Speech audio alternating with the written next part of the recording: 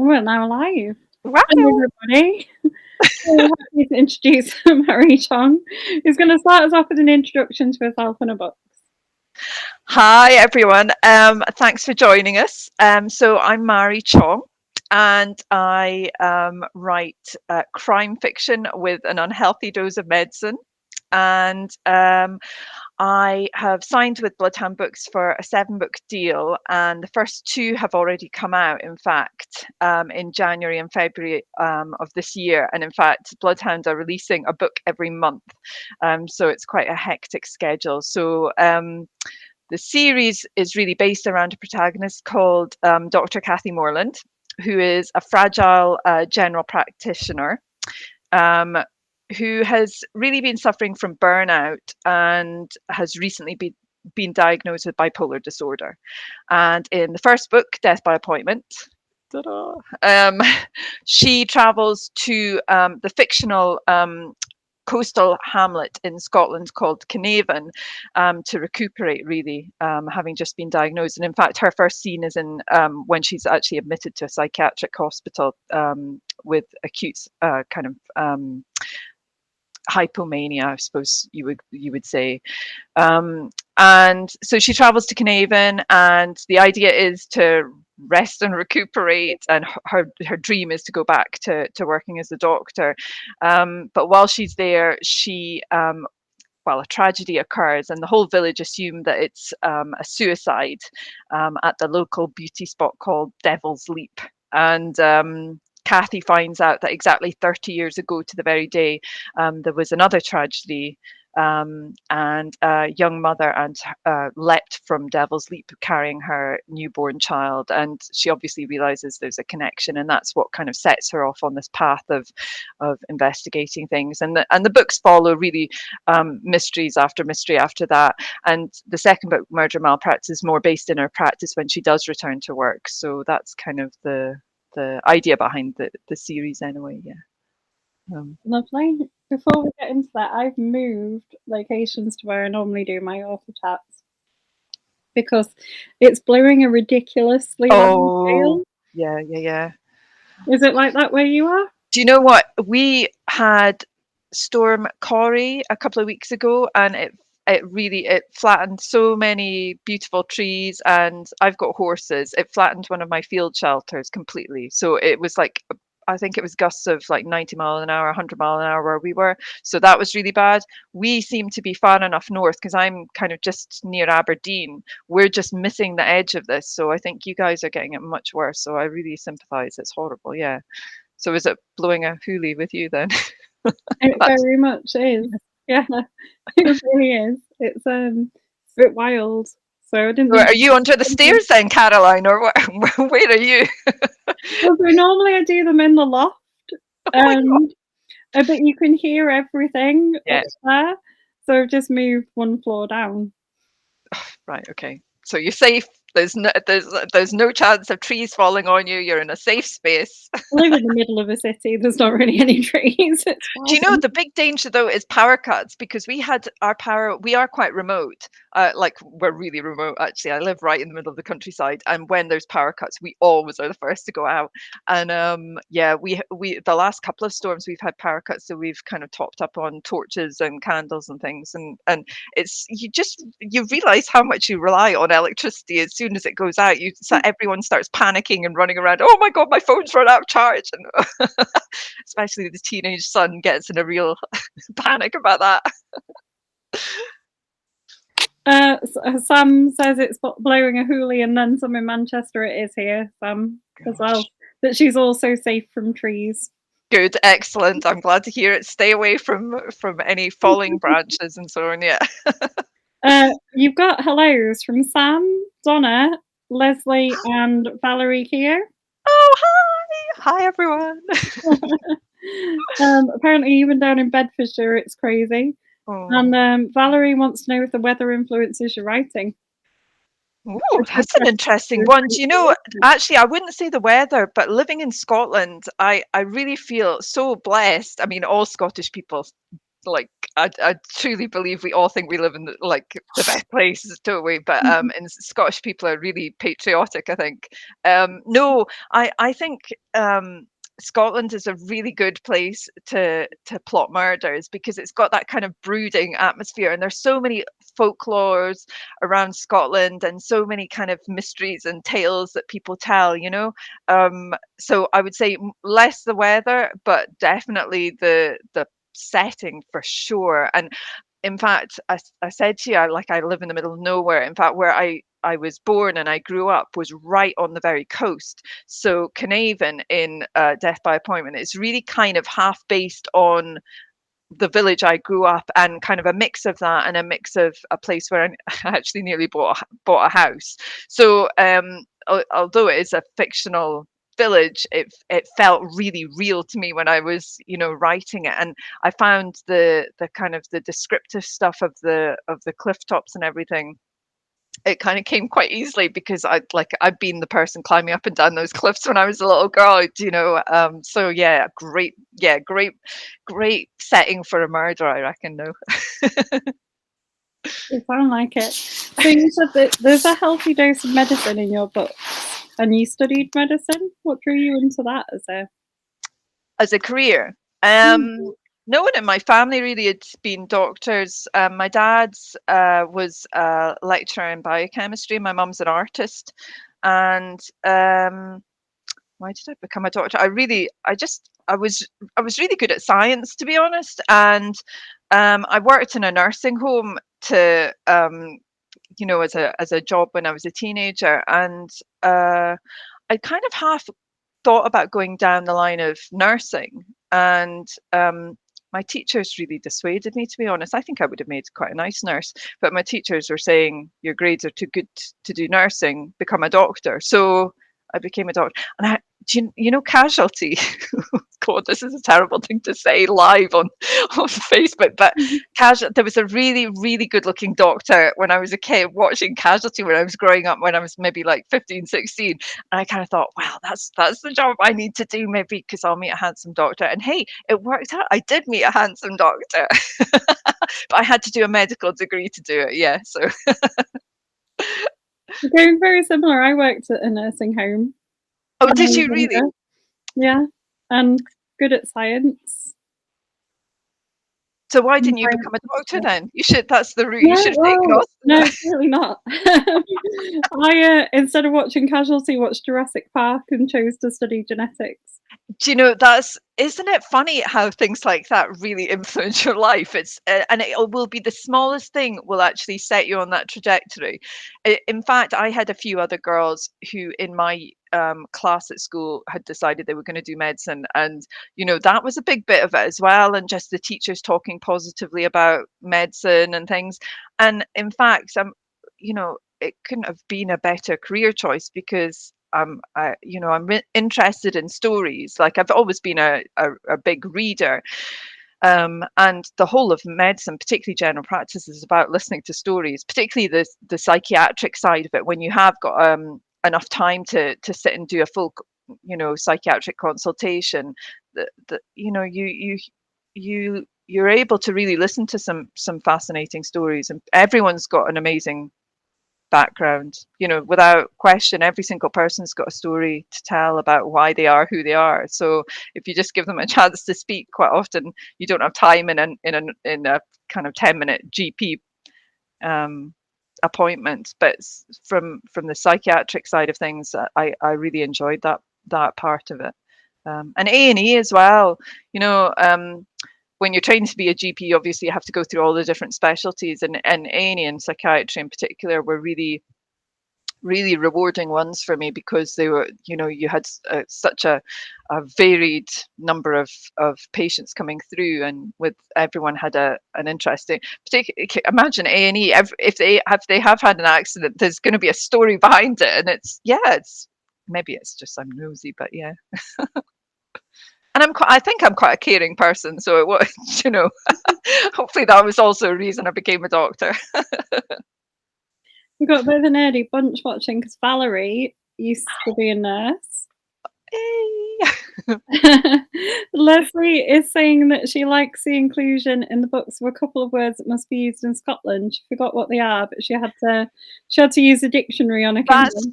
yeah, that's actually really interesting you say that because my editor is English and she's doing the whole series with me, which is great that I just have the one person doing all the books.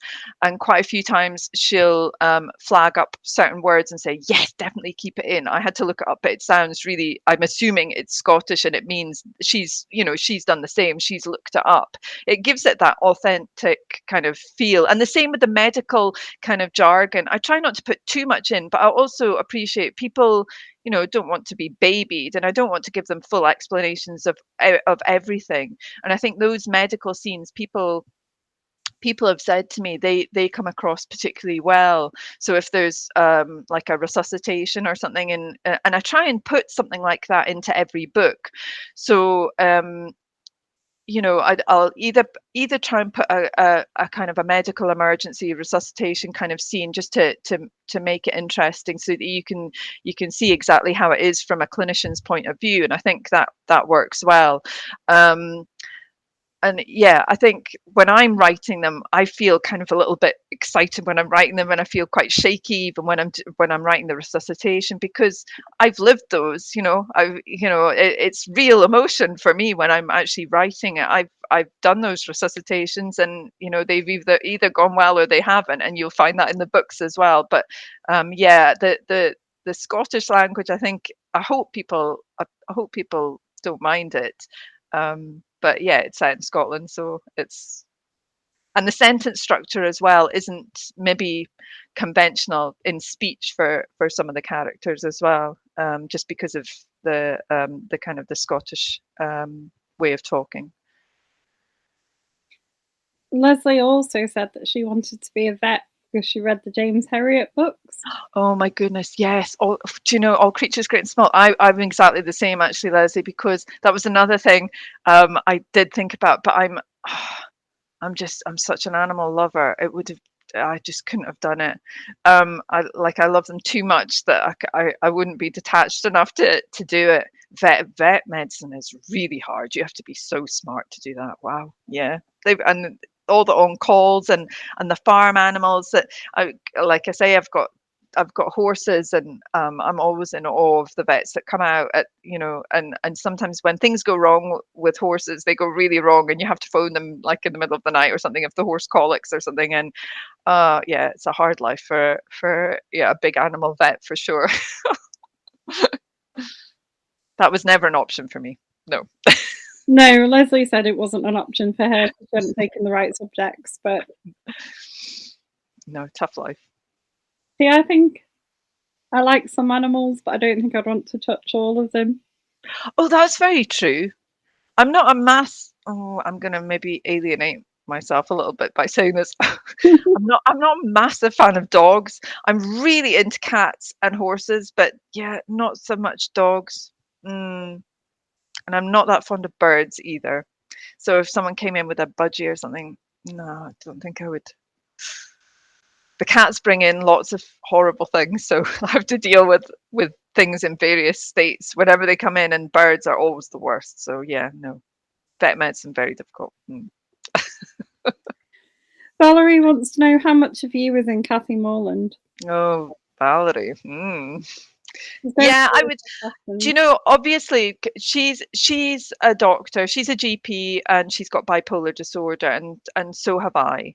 Um, but I didn't return to work after I was diagnosed, and obviously Kathy does, and maybe I'm sort of living my medical ambitions vicariously through her now. Certainly, writing is definitely a therapy for me. And in fact, I was advised by my psychiatrist to do something creative, and I chose to do writing because, like, I love reading, and I did used to write a lot as a child. Um, and I really love murder mysteries. That's the genre that I read. So they always say write what stuff that you would want to read yourself.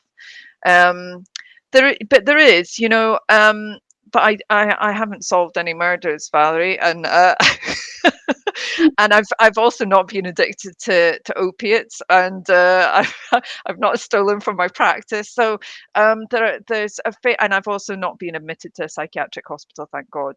I managed to swerve that at the beginning when I was first diagnosed. So of course I've drawn on a lot of my personal experience of bipolar, and obviously of medicine. But yeah, no, it's it's exaggerated, and I think to a reasonable effect. I always wanted to do Kathy justice. I part of the writing, of course, was therapy for me when I was recovering from the bipolar. But also it became a bit of a mission, to give a really true representation of bipolar disorder, and to show that doctors become unwell, as doctors are patients too. But with the bipolar, it doesn't necessarily mean the end. It's a very debilitating illness, but good things can come of it. And I wanted to um, to gift her the bipolar, and to allow someone, as central to a series, to have a serious mental health disorder. That felt really important to me, to show, and to show that, of course there are negative things about it. And in fact, for me, it took a long time to realize there was anything positive about bipolar, because essentially I lost my career that it was my vocation. I'd always wanted to be a doctor, and I talk flippantly about, oh, I saw someone on casualty. It was a lifelong dream, really, to achieve that, and the grueling exams that you go through, and the awful, dreadful things that you have to actually witness to get through. Um, so yeah, it was important to do her justice, and to put that across. But yeah, there are a lot of similarities, so I could see that people would think it's entirely based on real life, but no, uh, I haven't solved a murder, Valerie. Unfortunately, I've not come close to that, and I've not witnessed half the things that have gone on in the, the books. Does it feel a bit sort of too close to home sometimes when you're writing about a thing that you've experienced? Do you know, Caroline, I didn't even really speak about having bipolar until the books were kind of being published.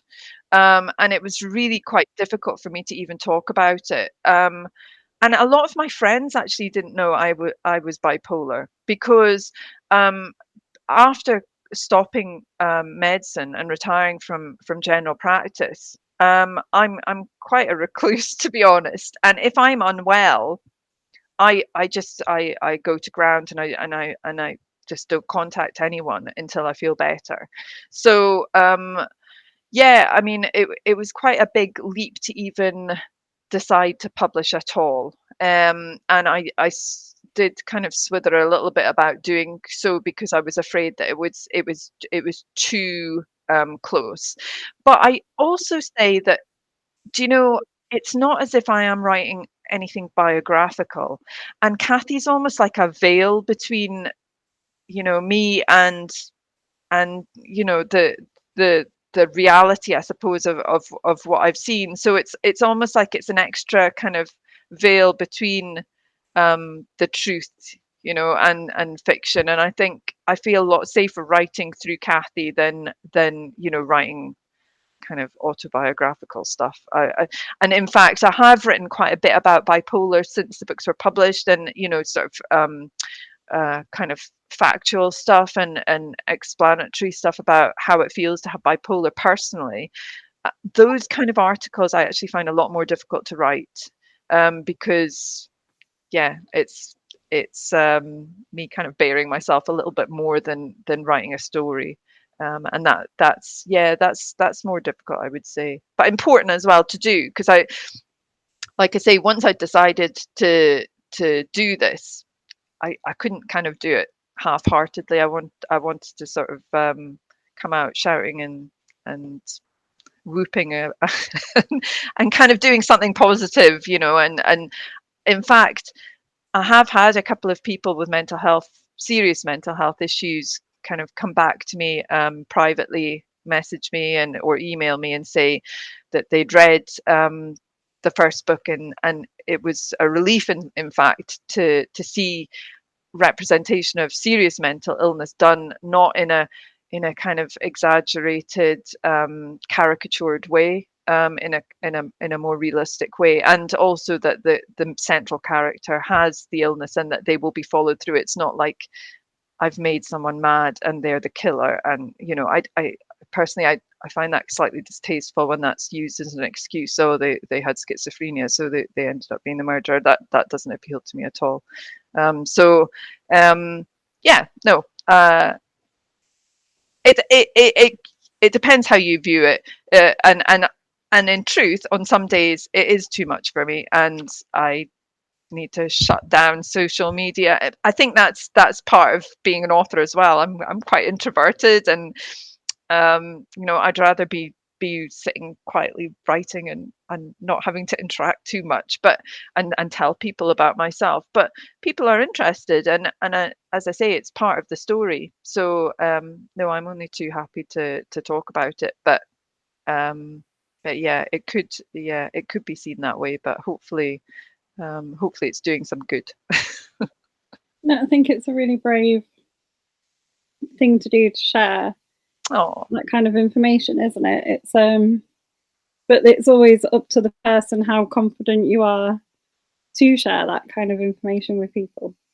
yeah, and I think the more I talk about it, the easier it becomes, and the more easy I think other people find to talk to me about it. Um, and it isn't, it isn't such a big thing. It's not my entire life. It's just a quite a it's a significant factor, and in fact the creativity side of it is a gift, because I truly think that without the bipolar disorder, I wouldn't be able to write as much, and I wouldn't be able to write as fast as I do, because quite often when I'm writing and I'm in that kind of zone, I am hypomanic, in truth. And good things come with that. As I say, I'm highly creative. I can get out 6,000 words in a day. I'm usually, though, at the same time, and I'm very like enthusiastic. I'm full of ideas, and really cheerful. But I'm also at the same time, when during that kind of creative surge, I'm also really paranoid, and I have paranoid delusions. I can't leave the house. So there's the negative side with it as well. I'm probably a really hideous person to live with as well, although my husband's an absolute saint, and my son's very used to dealing with me when I'm like that now. But yeah, it is a kind of, it's almost like a gift, for creativity side of things, for sure. Like I say, I would never have written as many books as I have done without the bipolar. So yeah, I have to see it. And well, yeah, I mean, you've got a choice. You could either be miserable about it, or you could just get on with it. So 100% agree. Um, totally. I'm epileptic, which is nowhere near as bad. But you've just got to get on with life, haven't you? You've just got yeah, to move past it and not let it bother you. yeah, it is what it is, isn't it? And Mm. if you do all the things right, and you take the precautions that you need to take, and you take your medication when you need to take it, if you need to take it, then like you can't let things like that and you probably don't introduce yourself, Caroline, as I'm Caroline, I'm epileptic, do No, you? I'm not. No. And that's what I mean. Like, it's only really since the book started coming out that a lot of my friends have said, oh, I didn't even know you were bipolar. Um so yeah, it's not something that I will go off the radar. Like I say, when I'm really unwell, that people just won't hear from me, and I do that quite discreetly and easily, because I am quite a solitary person. But yeah, no, it's not my entirety. I've got other things about me other than that. Yeah. It might help though with your friends knowing, because they'll Mm. understand sort of when you go off grid and Yeah, that's true. That's true. It's funny because um, a good number of my friends are doctors, and when I stopped working as a doctor, it did become really difficult, because I didn't want to stop work, obviously, and I really found interacting with medic's just the most excruciatingly painful thing in the world. And it was obviously having my husband a GP as well. It was difficult, and he would come home and talk about cases, and I found that really, really difficult. And he continued to do so though, because I am a doctor as well, and I still call myself a doctor, um, even though I'm not a practicing doctor anymore. Um, but the friends that maybe I pushed away because I couldn't bear to have conversations with them. Um, since the books have started coming out, they've reached out to me again, I would say, and I've found a lot of people that even from medical school that I'd kind of reject. Well, I haven't rejected them, but it was too painful to continue kind of any friendships with them because I had nothing in common anymore. And they've started coming back into my life again, which is it's so lovely. And I think they're really pleased for me because they didn't really understand what was going on, and they didn't really understand why I just disappeared. And yeah, I think that they're pleased I'm doing something that and being successful at something so different. So, and it is quite unusual. I think I'd make a brilliant like dinner party guest now, because I could talk about like medical things now, and I could talk, and I now have no difficulty, by the way, talking about medical things. And in fact, now my husband comes home and talks about patients and things, and they give me great ideas for, oh, I could do this, I could do that, you know. So it's great creative kind of fodder for future books, you know. So and also it keeps my hand in him talking about medicine and talking about practice now, because I feel a bit disconnected otherwise. Yeah, no, it keeps my head in that space while I'm writing the series. So yeah, it's good. It's good. Some wants to know about your path to publication. Oh, well, I got rejected and rejected. I did the same as everyone does. Well, first of all, I decided I wasn't going to publish, and I was just writing for therapy, really. But because I wrote so much, and I did start letting people read a couple of the things, and they kind of said, oh, you should really. So I did the same as everyone does, went around the whole emailing publishers and agents, and got plenty of rejections. But I did also have quite a lot of requests for full manuscripts, which gave me heart. And then unexpectedly, I got a 3-book deal offer um, from a small publisher, and I was kind of on the brink of accepting it, and I had a really bad hypomanic episode. And I think the pressure of the it being a 3-book deal, and I was still felt like I was quite early on, and they were kind of talking about, oh, more books, and I didn't have any ideas at that point, and I ended up just turning them down because I thought, oh, I'm it's going to make me too ill to do it. And and also the idea of someone else taking it over and changing bits worried me at that point. So I decided at that point I was going to self-publish, actually, and I did last year self-publish the first 4 books in the series, and I hated it. I really hated every second of it, because I didn't really realize that you would have to do sort of self promotion and things, and I just found that really difficult to cope with. Um, so I secretly, I'm quite a secretive person, as you can tell. I didn't tell my husband. I didn't tell anyone I was going to do this. I thought, well, I'll give one last try, and I was going to email 2 publishers that I really liked, 2 crime like specializing in crime publishers, and one of them was Bloodhound. And within a week, I'd got a message, and they'd read the first book, and could they, you know, the full thing, and could I send the next one? So pretty soon they'd decided on the full 7 books, and at that point, that was in August, I think, last year. At that point, I had written maybe 4.5 books, but I had really strong ideas for the next ones. And I'd already kind of got a kind of a synopsis even for the next ones. So yeah, they were happy to sign me for that. And it didn't feel such a I know that sounds crazy because the previous one was a 3-book deal, but this time it felt different because I had the ideas and because I felt that much further on having self-published. I think I had to go through that process of doing that and being unsuccessful at it before, before getting the the the publishing deal with Bloodhound and before being able to accept it. And I have to say, all the books are written now, and I've written. Well, I'm just about done with my second round of editing of the 8th one before I put it in and see what they think of it. Um, but they, I have to say, because I'm quite an organized person, and we've spoken about this actually already, haven't we, Caroline? I'm so over the top with like arriving on time, and I don't like to upset people or keep them waiting and things. And I feel that very strongly with Bloodhound. Like I don't want to mess them around, and I want all my deadlines to be met and to be done early, if anything.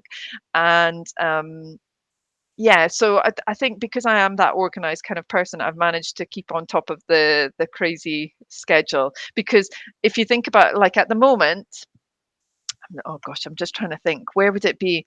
I'm in the middle of doing proofreading for book 4, copy edits for book 5, and structural edits for book 6. All so if you weren't organized, you would just, yeah, you would fall to pieces. I think it wouldn't work. So, but that's been the way it's worked for me, and I know it's an unconventional way to come into publishing, and I do feel really fortunate to have got the full series taken by a publisher, and I'm really so pleased that they've decided to do that. But yeah, no, it's unconventional, but it's worked for me. So yeah. I need a little bit of your organisation in my life. Do they? Is the series going to be 8 books then? Is that it? But no, I mean, I've I've not sent the 8th book to Bloodhound, so I don't know if they'll take it, and it really depends on how well the rest of the series does. They've decided to do an audiobook for the first one, definitely, so that should come out, I think, in, oh no, I better not say because it might be wrong. I have an idea of when it'll be. So I'm really excited for that because I listen to audiobooks a lot, and I'd always had it in my head, oh, wouldn't it be amazing to have them made into audiobooks? So I hope the rest of the series are made into audiobooks as well. But yeah, it's up to Bloodhound to do the negotiations there with that. So but Valerie's agreeing with you that self-publishing is difficult. very difficult. And it's really lonely as well. I have to say, since joining Bloodhound, it's opened up my social circle a little bit, and you have other people to bounce ideas off of, and other people to say, oh, have you tried, doing this, or have you tried contacting this person, and all those kind of little bits of advice, and we've all done things in slightly different ways, and we've all got little things to offer each other, and even like reading chapters like before submitting them to the publisher, like I've got a friend in Bloodhound who we would sort of read each other's bits and pieces before they even went anywhere, so that's been quite nice too. So yeah, but self-publishing really, I found really it just didn't suit me. I'm so impressed with anyone who does it successfully. Good for them. Valerie wants to know what's next after Deadly Diagnosis. Right, it's shooting pains. Actually, I've got a list of them all. So, oh no, that's the wrong. See, I do have lists. You should see the number of little post-its I've got. I've no idea. I've got literally hundreds of little post-its, and these do tell me what's happening at various points in my stories. So it's shooting pains after that. So shooting pains is kind of based in the countryside a little bit more, and it's a bit kind of a little bit of a treasure hunt goes on, and there's a little bit of cattle farming, and there's a big bit of someone being shot, obviously. So yeah, you get to see Kathy doing her stuff in that one. So yeah, hopefully you'll like that one. So yeah, the date for Shooting Pains is 5th of April. But yeah, Deadly Diagnosis is March. That one comes next. So that's that one. Yeah. But they've all got medically uh, themed fun names. The seventh one, still haven't completely decided on the name yet, but The other question that Valerie asked is, would you write in a different genre? mm, at the moment, no. Well, I'll tell you why I say that, Valerie, is I read murder mysteries. So what genre do I probably would say the genre I write in is murder mystery rather than call it. Some people have said cozy crime, and I never quite know if I am cozy crime, because in my head cozy crime means kind of cats and cupcakes and things, and mine isn't that at all. It's more kind of dark Agatha Christie, I would say. So murder mystery, and very much the kind of the golden age vibe, I would say, with the reveal at the end of each book and things, and the real promise of justice as well, and not too much gore. So I that's the kind of books I like to read. There's the big puzzle solving element to it, and this good over evil thing. I really love all of that, and I was really brought up. Well, I started reading Enid Blyton, obviously, like everyone does, and then went straight to Agatha Christie.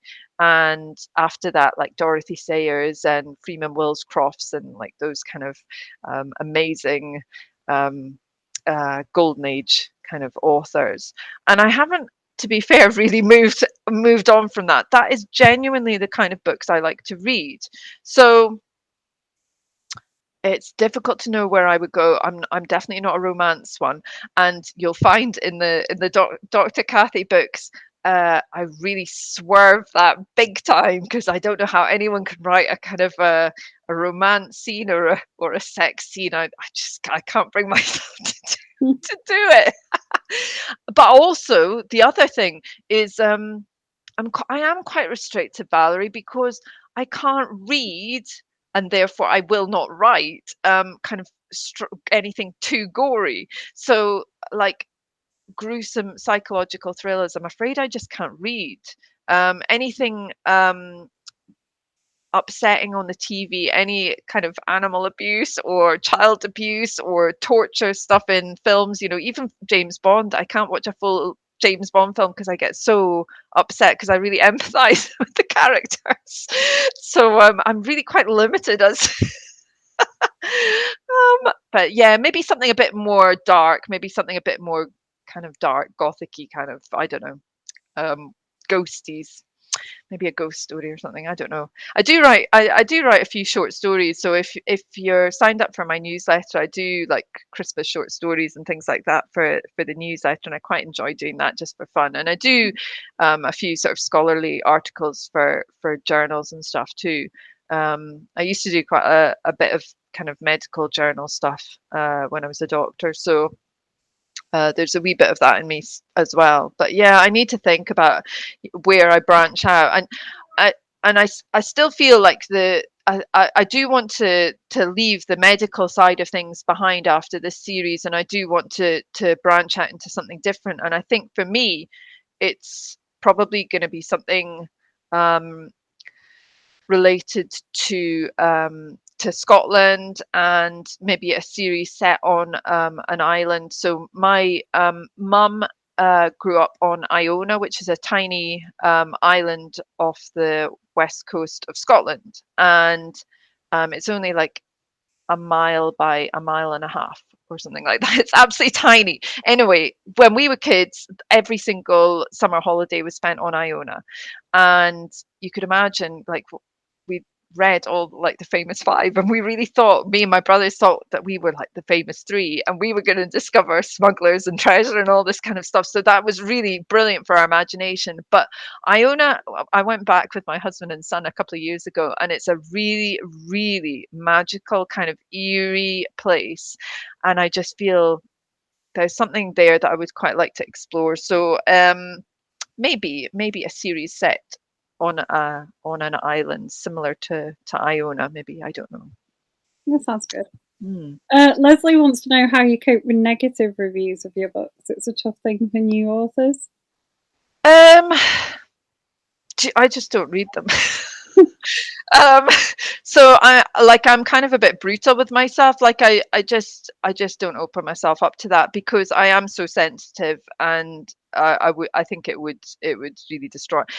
I think a lot of authors are quite sensitive. It's just by nature.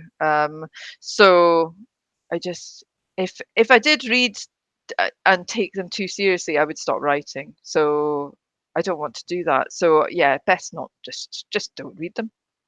Yeah. I mean, if there was something specific, I would, and in fact, I do say to a couple of friends, can you read them? And if there is anything specific that I need, that I've missed, so say if it was like really useful criticism, um, like you got this fact wrong or something. I'm trying to think of what it would be, but if there was something that I could really improve on, then I would want to know what it was. But if it's just I hate the characters, and well, there's lots of people that do like the characters, so I'm not going to change it for one person, do you know? So I don't feel that's really constructive feedback. So yeah, there's always going to be people who don't who don't like it. Can't please everyone. That's true. Leslie's also asked if you have photos on your page of locations that you've used. They're all of my No, I don't. That's a really good point. Maybe I should. The truth is that all of the locations are fictional. So the town is called Glenekirk, which is like the central town where Kathy's practice is, and it doesn't exist.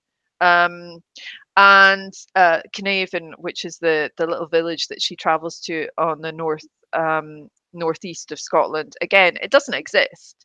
Um, I could show certainly photos of roughly where Carnarvon is based, but Glenekirk is completely fictional. It doesn't come from anything really. Um, but yeah, certainly the coastal things, I could definitely show photos of where I grew up and what it kind of inspired the ideas of it for sure. Yeah, that's quite a good idea. Maybe I should do that. How do you find having fictional places? Because you don't have like you can't go and do like a local signing or something like that if you've made up the village that it happens in. Yeah, well, when I start writing it, I think little bits of where I am living or where I'm traveling will often kind of spark a bit of that place. So as I'm driving, so I'm just trying to think. See, you you were asking what's the next book after Deadly Diagnosis, and I told you it's Shooting Pains. Well, as I drive up towards my house in a certain direction now, I came up with an idea about a plot twist as I was driving up that road. And every single time I drive up there now, I think I've got that snapshot of that picture of where that plot twist happens. So that's almost like that's a bit of the book, is that part of where. So I know in my head the places feel very, very real in my head, and I walk around them and I can imagine them, and I hope that the readers have their own pictures in their own heads, do you know? And it's not so it's not like Ian Rankin writes so specifically about Edinburgh, and it's not like someone can actually contact me and say, "Oh, you got the street wrong," and so it's not that detailed. But in my head, I don't think I can go wrong. I think it will. It feels very, very real to me when I'm describing it and when I'm reading it, and I've got a really firm picture in my head of what Carnarvon looks like, and of what Glenekirk town feels like. So because that's so vivid in my head, um, yeah, I feel like it's there. But yeah, I couldn't go to Glenekirk and do book signing, no. But I guess sort of from where I've grown up, like people know me, and if I was doing a book signing, then hopefully locally people would come along, whatever. But yeah, not because it's based specifically there. That's true. Oh, Leslie, I think, says she can't see any images when she's reading. I'm the same, Leslie. I don't picture things. Wow. Really? Gosh, Mm. so tell me about that then, Caroline. Gosh, I just can't get my head around it. What is your brain doing as you're reading then? So I don't really know. I'm like having the story, and sometimes I can hear the voices in my head, but I won't necessarily picture Wow. things.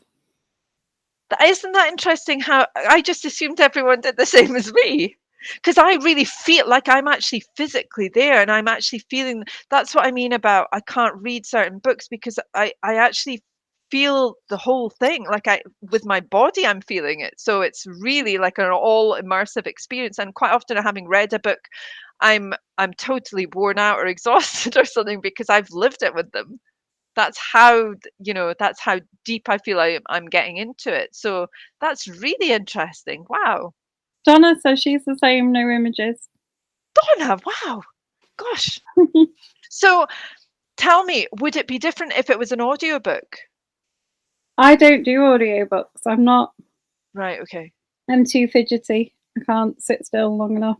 I like wander off and But that's the joy of them is because you can have your AirPods in and walk around the house. Because I like I'll do my all my jobs outside for the horses when I've got an audiobook on, and I'll do the poo picking and I'll muck out my stables, and I can get through a whole book like quite quickly because I put it on double speed as well, so I can really listen to it fast.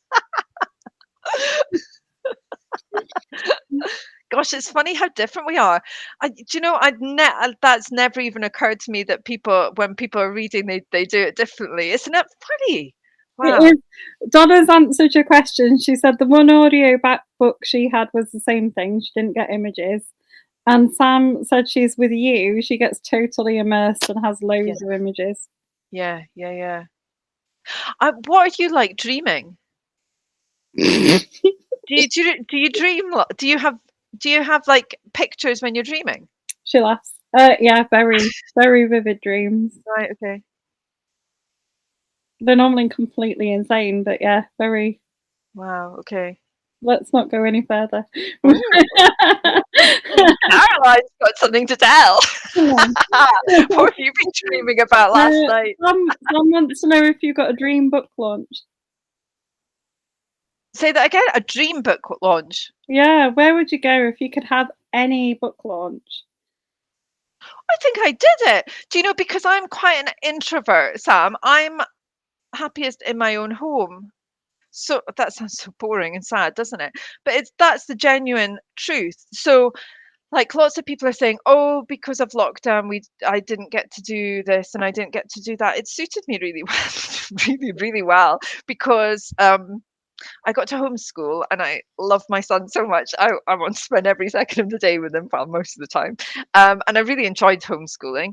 And I think he did as well. And the writing point of view, I got loads of work done because my son was sitting at a computer opposite me and we were able to like work alongside each other. And yeah, and I know a lot of people have missed like dream book launches and doing them in big grand places, whatever. And my worst nightmare would be to stand up in front of a bunch of folk and do a big reading or I would hate it. So what I did, Sam, was to do an online book launch for Death by Appointment.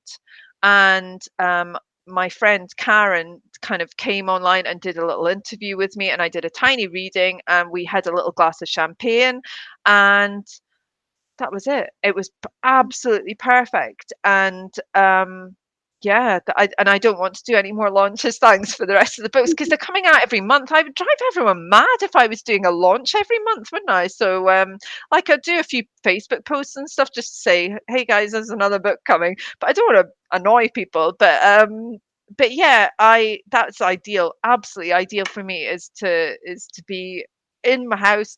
In fact, no, I didn't have I might have had my pajama trousers on when I did my book launch, and I just had a fancy top on. So, do you know, that's as low key as you can get, and that is so me. I'm not a fancy pants. I don't like getting dolled up or anything. So, yeah, no. not for me. I'm loving the comments that are going up. Oh God, I'm scared to know. What are they saying? Leslie, I think, has said that she gets no pictures when she dreams. It's more sensations. Sam is judging me. She said my dreams are often bizarre. They are often bizarre. Okay. Donna said she gets no pictures when she dreams either. But how do you dream then, Donna? I don't understand. Like, tell me what would a dream be then if it wasn't fully immersive? I can't. Mine are like really quite physical, and I sleepwalk a lot. Well, I know that's part of the bipolar. I get up and I have sleep paralysis, and I sleepwalk, and I have night terrors at certain stages of my bipolar events, and I've run into walls, in fact, during sleep. So I'm really interested by this, that people do it so differently. You might get answers as we go. Yeah, I'd be so fascinated. How can you dream without a picture? What is a dream without a picture? You've been asked if you're going to any of the book festivals. Oh gosh. I should do. Again, this is a shyness thing, or yeah, I think it's going to take uh, a little bit of confidence to be able to go to a big book festival, actually, and to start interacting with people. Like the online ones, as I say, ideal for me. Love that. Love that I can hide behind a screen. It's ace. And I'll quite happily take part in Zoom things as well. And I go to quite a few of the crime ones. Like the golden age of crime stuff. I'd love taking part in those online. Uh, gosh, yeah, I should do. Yeah, I particularly living in Aberdeen, and Granite Noir is just about to happen, and I'm so done. For so many past years, I've said, oh, I really want to go to this talk to my husband, and he's said, I'll take you. It's fine. And then I quite often I think, yeah, I'll find it quite difficult to do. But maybe this year I'll start being a bit braver and going to things. It's difficult as an introvert, I think, to strike up conversations with total strangers, and I think that's kind of expected when you go to a book festival. You are meant to interact with people. You need to pick a book festival that one of us is going to. Yes. Yeah, I know Donna said that to me, actually. And I think, like, having met you guys online, I think it's a lot easier because you wouldn't feel like such a lemon, and someone would probably say, "Oh, that's remember Mary from," and someone would approach you rather than you maybe having to approach them. That's maybe easier, yeah. That's the way to go, I think. Pick one that you know someone is going to. Yeah, I think so, yeah. Although they're all fair. Like I'm not like really into sort of being very sociable, so I know where you're coming from. And I've been to sort of book festivals on my own, and they're okay because people will respect your boundaries. Okay. What would have been your favorite one to go to then, Caroline? There a specific one that you thought was set up really well for someone like yourself, that's maybe a bit more shy, or I kind of I like Harrogate, but mostly because it's convenient because it's not very far from where I live. yeah. Probably Harrogate. my favourite one was Ilkley. Oh, I've done okay. Ilkley one on my own, and it's a very generic fiction festival, but it's quite laid back and Oh, nice. Yeah. things. I quite liked that one. Yeah. That's what you need, isn't it? Yeah, I think a little bit low key and not too many massively famous authors. That would be suiting me quite well, I think. Donna says she thinks she's only dreams and sensations, so like the feeling of walking or the Wow. instinct of being somewhere or doing something. How interesting, Donna. Wow. Yeah, I mean, I wonder if this is something you'll be able to tell us because you're a teacher about our learning types as well, maybe about the type of learners we are. Is it like visual, auditory, or what's the other one? They Um, don't, yeah, the learning types have been mostly discredited. oh, really? Okay. Mhm. because people are a mix of everything, really. Yeah, I think that's true. I think there's definitely predominant ones, though, the ways that you find it easier to absorb information. But yeah, that's fascinating that you would dream just in sensations. Yeah, mine's very, very, very visual, kind of vivid images. Yeah, yeah, and they'll stay with me for like often the rest of my life. I can remember dreams from when I was a child. Um, that's so interesting. Sam's asked you what your memorable moments as an author are so far, because we've got about 5 minutes left. So thank Okay, you for that. What's your memorable moments? well, probably like publication day for the first book for Death by Appointment. And I suppose, well, I should start back earlier, is getting the book deal with Bloodhound. I mean, that was just amazing. Um, but there'll be other things like, getting a phone call from someone saying, "Oh, you're number one in new releases," and all that kind of stuff. Yeah, I think probably publication day for the very first book was pretty special, and I did get a lot of nice phone calls. And I knew I didn't want on that day. I didn't want to sit at my computer the whole day and just keep checking Facebook or my Amazon rankings literally all day. So I'd already made arrangements to go for a walk with a friend, which ended up being like the whole day we took. And so I wasn't anywhere near the computer, and I think that was like a really positive thing to do. And then in the evening came back and had my little launch party online and my wee glass of champagne, and that was perfect. So yeah, no, I would say that's going to take some beating, and that's as good as it's going to get for me, I reckon. But also, I suppose no, there's lots of things actually, Sam. When I think, because even when Bloodhound told me that the first book was getting made into an audiobook, that was a huge triumph as far as I was concerned as well, because it wasn't a given thing that was going to happen by any means, and I didn't even know they were thinking along those lines. I was hoping, really hoping they would, but yeah. So there's lots of little things if there's something there's so many little milestones, I suppose, throughout the short author career I've had. Short but busy.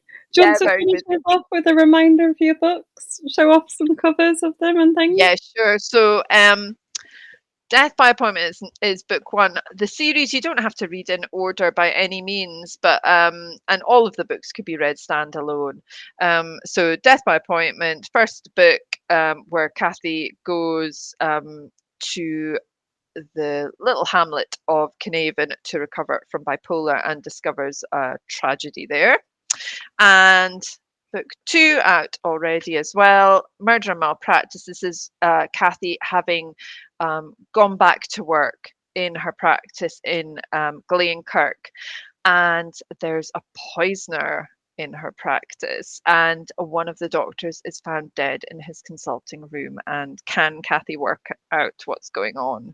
So they are written both. Every single book is written in part from Kathy's viewpoint, but also from either one or two central characters. So in book one, you get to know the kind of the local cleaner called Jean, who's quite a colourful character. And in book two, it's written from Fraser, the pharmacist's viewpoint, and um, he's a poor guy who made a few very, very stupid decisions as a young pharmacist that have influenced the rest of his career. I'll say no more. But anyway, yeah. So if you're a fan of kind of murder mysteries similar to Agatha Christie, but kind of a darker style with this medical twist to them, and also I do try and put a little medical kind of mystery in them for doctors reading it as well. So I'll put a few hints as to a kind of a disease or a kind of some symptoms going on in the book as well, and particularly shooting pains. A few of my doctor friends have missed the solution to that one, but there's a kind of a medical mystery going along that one as well. So yeah, if you like that kind of stuff, you might like the series. It's a good way to finish. Leslie, I think, has said that she's read Deadly Diagnosis and her favourite characters were Holly and Thomas. Oh, I love Thomas. Yeah, Deadly Diagnosis is based in a charity shop actually, and when I had really bad writer's block because I am so introverted and I don't speak to enough people, I decided I'll start working in a charity shop and listen into conversations basically to get ideas. And I know when I went there, I ended up working there 6 months and like 2 days a week, and it was great. And um, when I went there, I didn't tell anyone what I was doing there, and none of them know that I was like writing a book or anything. But I got so many great ideas because so many interesting people come through a charity shop and chat. So I got a lot of inspiration for Deadly Diagnosis from volunteering in a charity shop. And I always say to people, because they say what are your writing tips, and I say like listening to gossip in like the supermarket queue or whatever, listening to conversations in the supermarket queue, because it quite often sparks an idea. But also, if you're really stuck, just go and volunteer in a charity shop. You'll get loads of ideas. So yeah, Deadly Diagnosis is quite close to my heart actually because of those characters that you've mentioned. So yeah, I'm glad you like them. And then we're at the end of our chat, so thank you so much for joining. It's been great. Oh, thank you so much for having me, Caroline. That's been fab.